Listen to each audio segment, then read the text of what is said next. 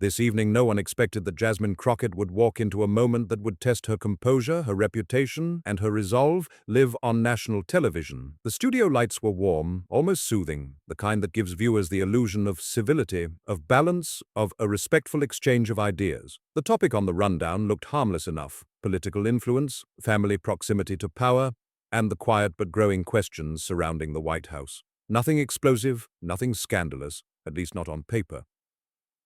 The host sat centered at the table, papers neatly stacked, posture relaxed but alert. One by one, he introduced the guests. On his right sat Congresswoman Jasmine Crockett, measured, composed, her reputation already preceding her. She was known for precision, for choosing her words carefully, for never wasting a moment when clarity was required. On the opposite side sat Barron Trump, tall, still, almost unnervingly composed, though younger than most in the room. He carried the unmistakable weight of his last name. It showed in the way he sat back in his chair, shoulders relaxed, eyes scanning the room with quiet confidence. There was an ease about him, a subtle assurance that suggested he believed the rules bent differently in his favor, almost as if being a Trump came with an invisible shield. At first, the conversation flowed exactly as producers had hoped. Questions about governance, about boundaries, about whether proximity to power should come with clearer lines. Jasmine answered with precision, building her points carefully, like a bricklayer stacking stone after stone, each argument resting firmly on the last. Barron, by contrast, took a lighter approach. He smiled, he shrugged, he offered casual remarks laced with faint sarcasm, even tossing in a backhanded compliment about Jasmine's energy. The audience chuckled, the host nodded, visibly relieved. For a moment it felt like balance, but balance in rooms like this is often an illusion. Beneath the polite exchanges, something else was forming. You could see it in the way Barron leaned forward just slightly whenever Jasmine spoke, in the way his smile lingered a second too long, in the way Jasmine's eyes narrowed, not in anger but in recognition. She sensed it. The cameras caught everything. Jasmine's hand resting firmly on the table, Barron's faint smirk when the host mentioned White House influence, small signals, quiet warnings. The studio felt it too. The audience straightened in their seats, the air shifting subtly, like the stillness before a storm no one wants to acknowledge. Then the host asked the question that changed everything. He turned first to Jasmine, who responded with her usual calm authority. Then he turned to Barron, and that's when the energy snapped. Barron leaned toward the microphone, his smile sharpened. His voice dropped just enough to change the temperature of the room. The pause, before he spoke, stretched longer than necessary, deliberate, calculated, and when he finally spoke, he didn't challenge policy, he didn't debate ideas, he went straight for her. The words landed hard, personal, dismissive, cruel. Not a disagreement, but a direct attempt to humiliate. The kind of insult meant to strip credibility, to push someone into an emotional corner in front of millions. For a split second, the studio froze. The host's jaw tightened, the audience inhaled collectively, and Jasmine didn't move. Her face remained composed, but behind her eyes, something ignited. This wasn't just disrespect, it was a line crossed. And in that moment, as the room waited to see whether she would recoil or respond, one truth became clear. Barron Trump believed he had control of the stage. He believed she would shrink. He was wrong. Before we go deeper into this story, take a second and hit that subscribe button, give this video a like, and let us know where you're watching from. I'm curious to know how far these stories travel, because what happens next is a moment that changed the balance of power live on television. The calm was gone. What followed would not be polite, it would be unforgettable. The words didn't just land, and they echoed. For a brief, suspended moment after Barron finished speaking, the studio seemed to forget how to breathe. The cameras held their positions, unsure whether to cut away or lean in closer. The audience froze, caught between disbelief and discomfort, as if everyone present understood at once that something had gone terribly wrong. This wasn't sharp debate. This wasn't political theater. This was personal. The host shifted in his chair, fingers tightening around his note cards. His eyes flicked instinctively toward Jasmine, then back to Barron, searching for an exit ramp that no longer existed. The conversation had slipped beyond moderation. Barron, meanwhile, leaned back. Satisfied, the faint smirk on his face widened just enough to suggest he believed he had landed a decisive blow.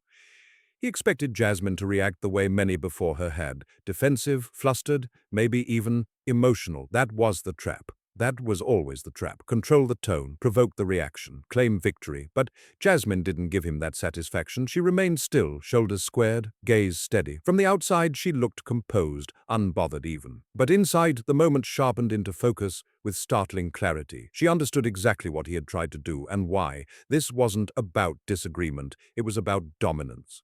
The audience began to murmur. Some shook their heads in disbelief. Others glanced at one another, silently asking the same question. Did he really just say that? The host finally attempted to intervene. Let's keep this civil, he began, clearing his throat.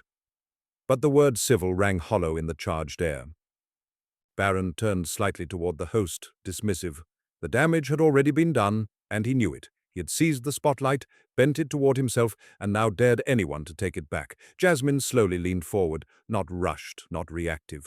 Intentional. Her hand rested firmly on the table, fingers relaxed but grounded, as if anchoring herself to the moment. She allowed the silence to stretch, long enough for the audience to feel it, long enough for Barron's confidence to begin unraveling at the edges, because silence, when wielded properly, can be devastating. Cameras zoomed tighter. The studio lights reflected off Jasmine's eyes as she locked her gaze on Barron. There was no anger there, no flinch, only resolve. This wasn't going to be a rebuttal. It was going to be a reckoning. Barron shifted slightly in his seat, just a fraction, almost imperceptible, but enough to betray that the pause was unsettling him. He had expected pushback, fast, emotional, scattered.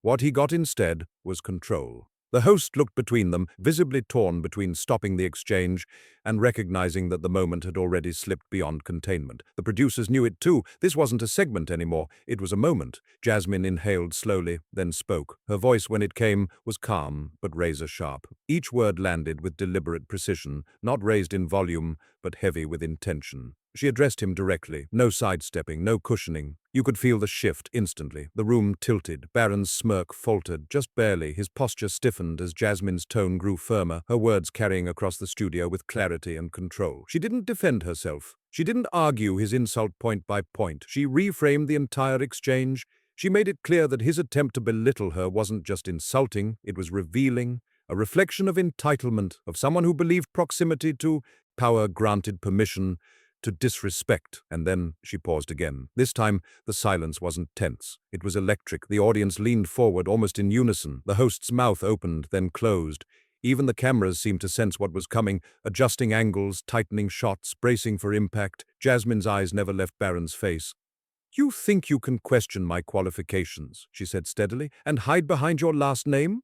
The words were measured, not shouted, but they cut deeper than anything he had said. Barron swallowed. Just once. She continued, her voice steady but stronger now, each sentence building momentum like a rising tide. You came here to make me look small. The studio went silent again. But here's something the American people actually deserve to know. There it was, the pivot. Jasmine paused. Not for effect, but for truth to settle in. This wasn't about winning an argument. This was about pulling the spotlight where it had long avoided. The host froze, instinctively sensing that whatever came next could not be taken back. He lifted his hand slightly, then let it fall. Too late, the audience held its breath. Barron's confidence cracked. Not completely, not yet, but enough. Jasmine leaned just slightly closer to her microphone, and then she asked it.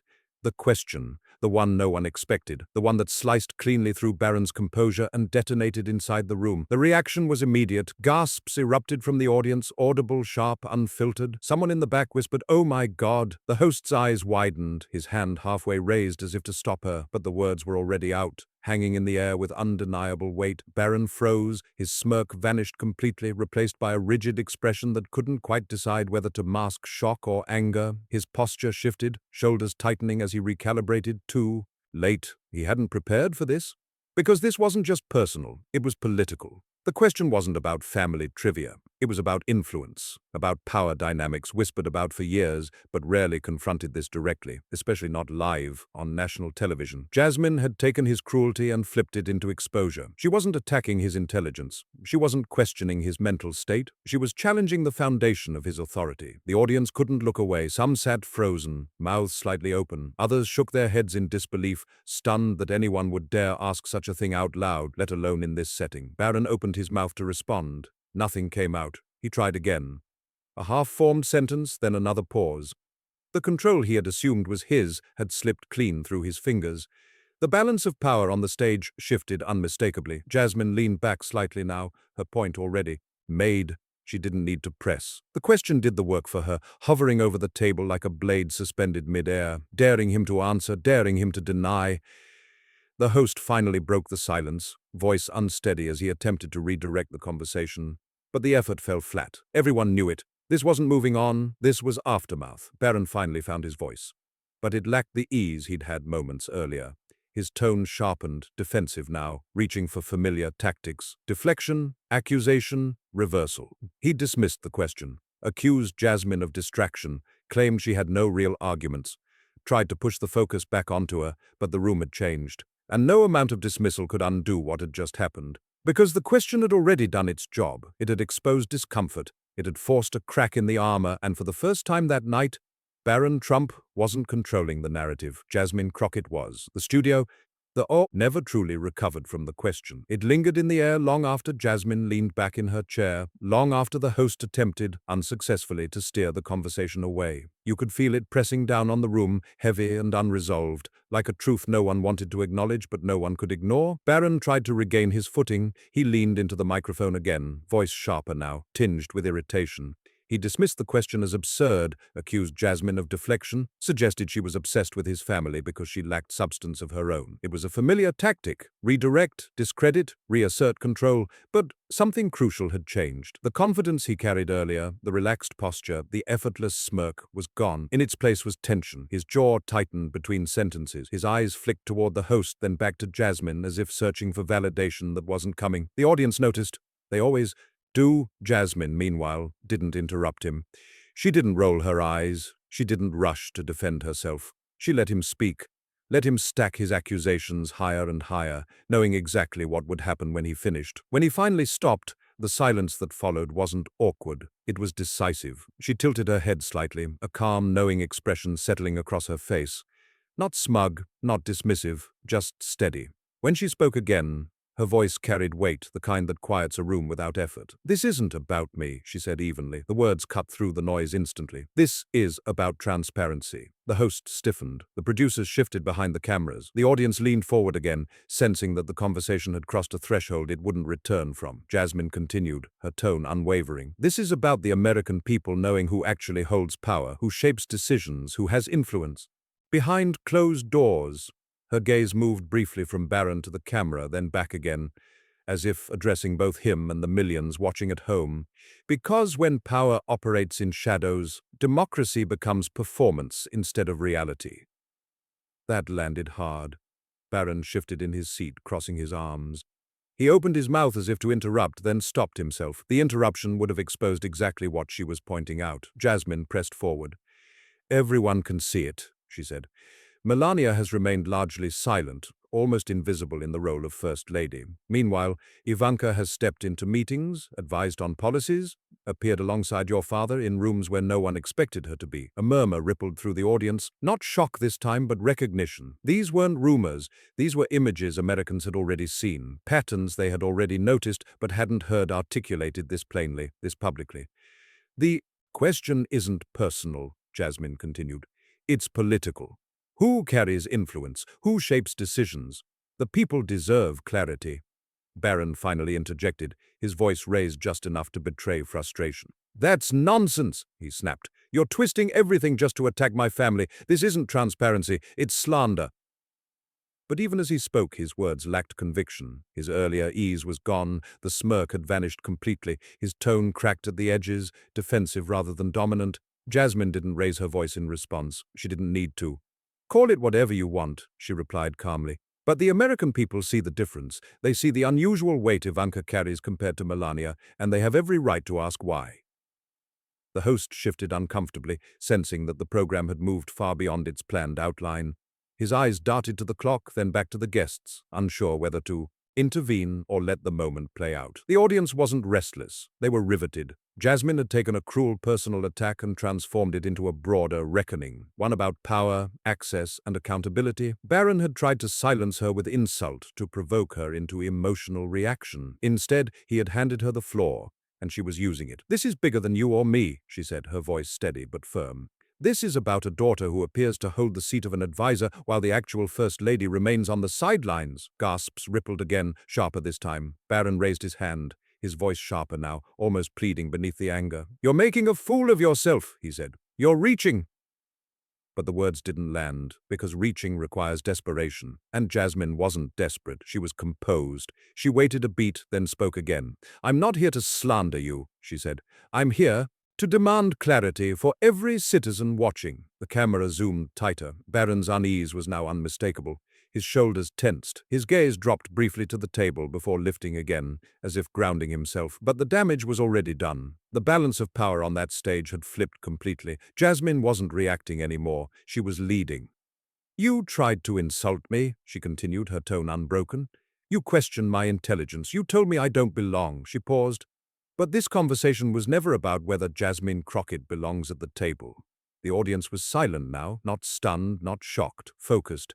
"It's about why the American people don't know who truly sits at the head of it."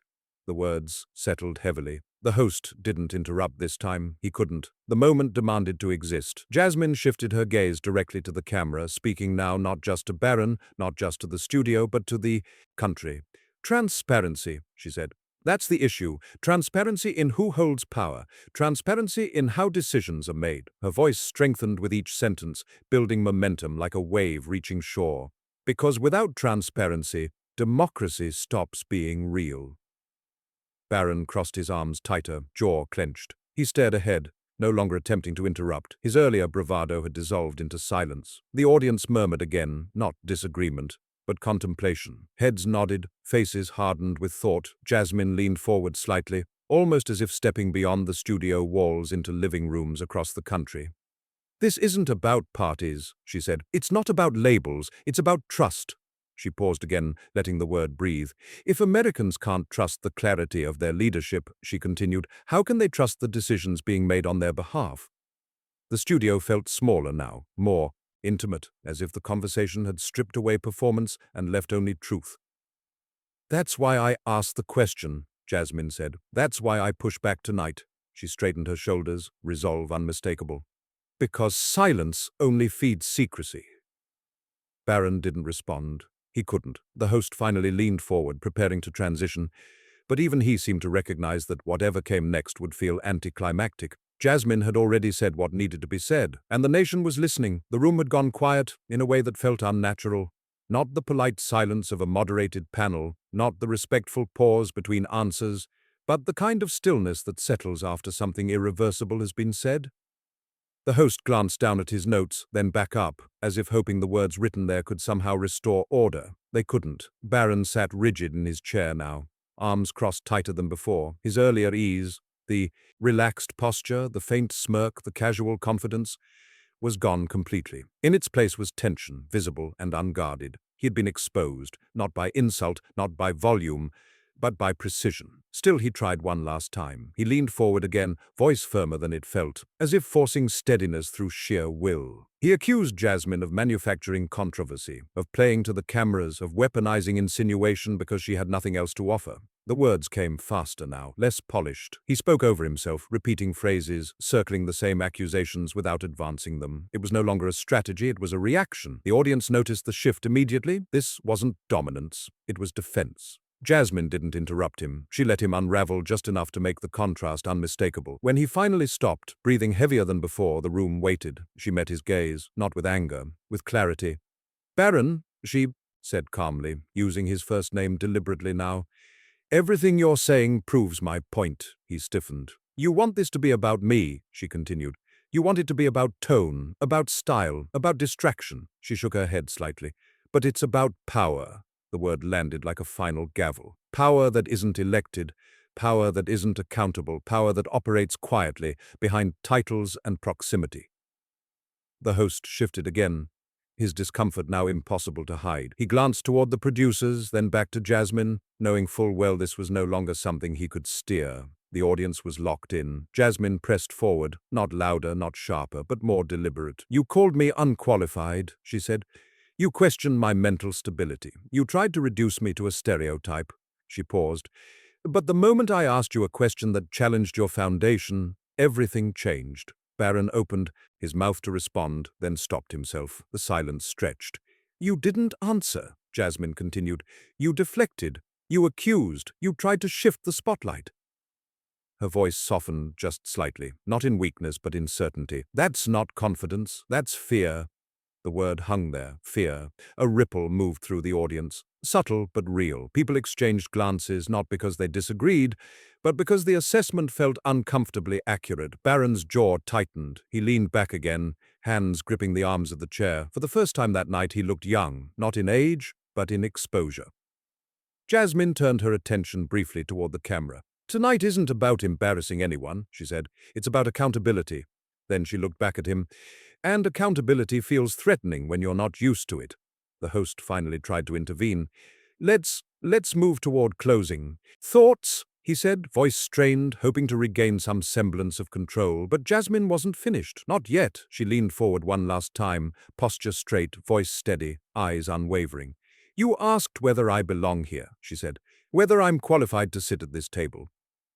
She gestured subtly toward the desk between them. "I earned my seat through service, through votes, through accountability to the people who sent me here." The room was silent. "You didn't." Barron flinched, not dramatically, not visibly enough for the cameras to linger, but enough. "You inherited proximity," Jasmine continued, "and proximity is not the same as legitimacy." The statement hit harder than any insult could have, because it wasn't cruel, it was factual. The audience reacted immediately, not with gasps this time, but with applause. Not loud at first, but steady, growing, a wave building from the back of the studio to the front. The host raised his hands slightly, trying to quiet them, but the applause didn't stop. Barron stared ahead, expression fixed, eyes unfocused. He wasn't angry anymore, he was cornered. Jasmine didn't smile, she didn't gloat. She simply sat back, hands folded lightly on the table, her point fully made. The applause slowly faded. The host cleared his throat, visibly shaken. "Well," he said, forcing composure, that's all the time we have tonight." No one moved. No one spoke. Barron remained silent. And in that silence, something became unmistakably clear. This wasn't a debate he had lost. It was a moment he couldn't escape.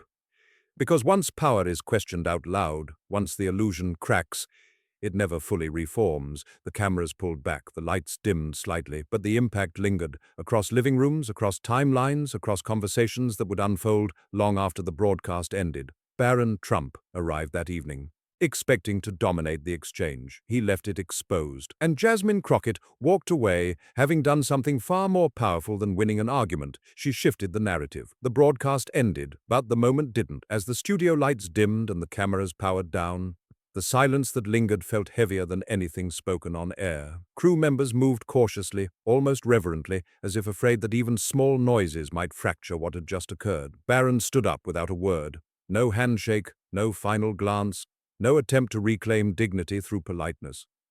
He walked off the stage stiffly, shoulders tight, eyes fixed ahead. The confident presence he'd entered with never followed him out. What remained was quiet retreat. Jasmine stayed seated for a moment longer, not because she needed to, but because she understood the weight of stillness. She gathered her notes calmly, nodding briefly to the host, whose expression was still caught somewhere. Between shock and awe, when she finally stood, the audience erupted again. Not explosive this time, but sustained, respectful, measured, earned. Within minutes of the broadcast ending, phones lit up across the country. Clips began circulating before the chairs were even cleared from the set. One line replayed over and over. The question, the silence that followed it, the composure that contrasted so sharply with defensiveness. Social media reacted instantly. Some viewers were stunned by the boldness, others praised the restraint. Many focused on the contrast, not just between two people, but between two kinds of power. Commentators dissected every frame, the pause before Jasmine spoke, Barron's shifting posture, the moment the smirk vanished. Political analysts replayed the exchange, not for theatrics, but for substance. They noted how quickly the conversation moved away from insult and into accountability, how a personal attack collapsed under scrutiny when confronted. With transparency, late-night shows picked it up next, not as comedy, but as commentary. This wasn't mockery, it was examination. And in living rooms across America, conversations sparked. Parents talked to their kids about entitlement, students debated influence versus legitimacy. Viewers who had never followed either figure found themselves rewatching the clip, not because it was loud, but because it was controlled. Jasmine Crockett didn't trend because she yelled, she trended because she didn't. Barron's name trended too, but not the way he might have expected. Clips of his earlier confidence played side by side with his later silence. The contrast told a story all on its own, and that story spread faster than any statement could have. Before we continue, take a second and share your thoughts so far on this story below. I read every single one. Because moments like this hit differently depending on what you've lived, what you've seen, and what you believe. Power should actually look like. By the next morning, headlines framed the moment as a turning point. Not because it revealed something new, but because it forced something familiar into the open. Power without accountability, influence without clarity, and the discomfort that follows when someone finally asks the question others avoid. Jasmine released no statement. She didn't need to. Her words were already doing the work. Barron's camp responded later that day with a carefully worded dismissal. They accused the moment of being manufactured, disrespectful, and politically motivated. But the response lacked energy. It felt reactive. Too late, because the public had already decided what they saw. They saw composure under pressure. They saw insult collapse under scrutiny. They saw that silence, when it comes from being cornered, speaks louder than any rebuttal. And as the clip continued to circulate, something else became clear. This wasn't just about Barron Trump. It wasn't even just about Jasmine Crockett. It was about a broader shift in how audiences respond to power. Loud dominance was losing its grip. Calm accountability was rising. And once people noticed that difference, they don't forget it. The studio exchange became a reference point. Not for scandal, but for contrast.